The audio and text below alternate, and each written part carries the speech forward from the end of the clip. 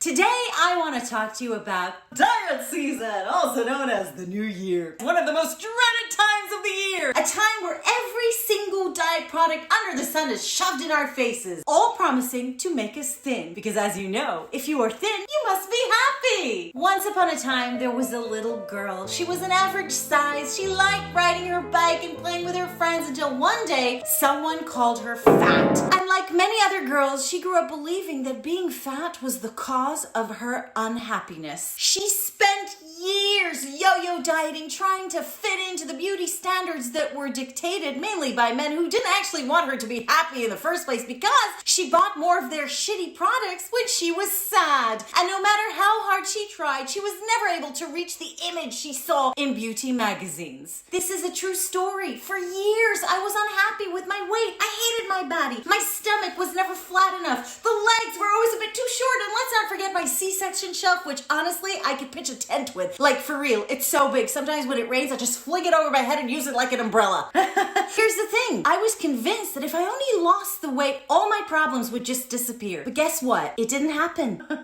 Shocker. I've had the whole bikini body. I did the whole 90s size 0 super thin eyebrows. Not a good look, by the way. And I'll tell you a secret. It didn't make me happy. Half of the time, I was terrified of gaining all the weight back on. And the other half, I was busy trying to avoid cake. And let's face it, cake should not be avoided. But my point is that being thin did not solve my problems. The unhappiness, the thing that was causing me to dislike myself, was never my weight to begin with. Now, here's the thing. We live in a world that puts so much focus on what we look like. It makes sense that we think it all boils down to size. How smooth our skin is, how perky our boobs are, and for the record, mine have never been perky. Sometimes I walk and I just drag them on the floor behind me. I'd like to blame motherhood and aging, but honestly, they've been saggy from the age of 14. Anyway, I digress. We have been made to believe that it is about our looks, so we dedicate enormous amounts of time and money and effort towards trying to perfect this.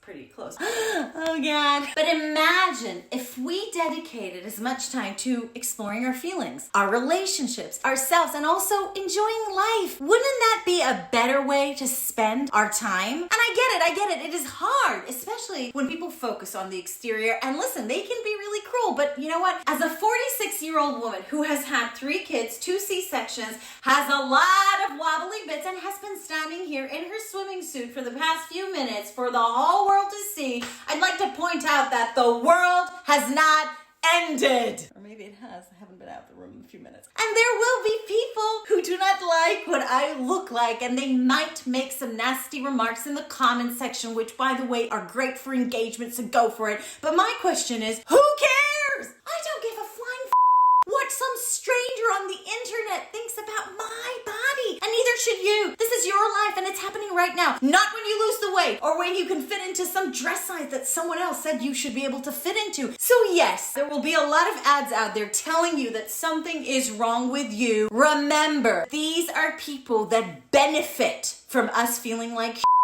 Unfollow people who make you feel bad. Follow those who make you feel good. Do not buy beauty magazines. They will only make you feel ugly and stupid. Shift your focus from looks to functionality. Enjoy your life right now, and whatever you do, eat cake. Because cake, my friends, is genius.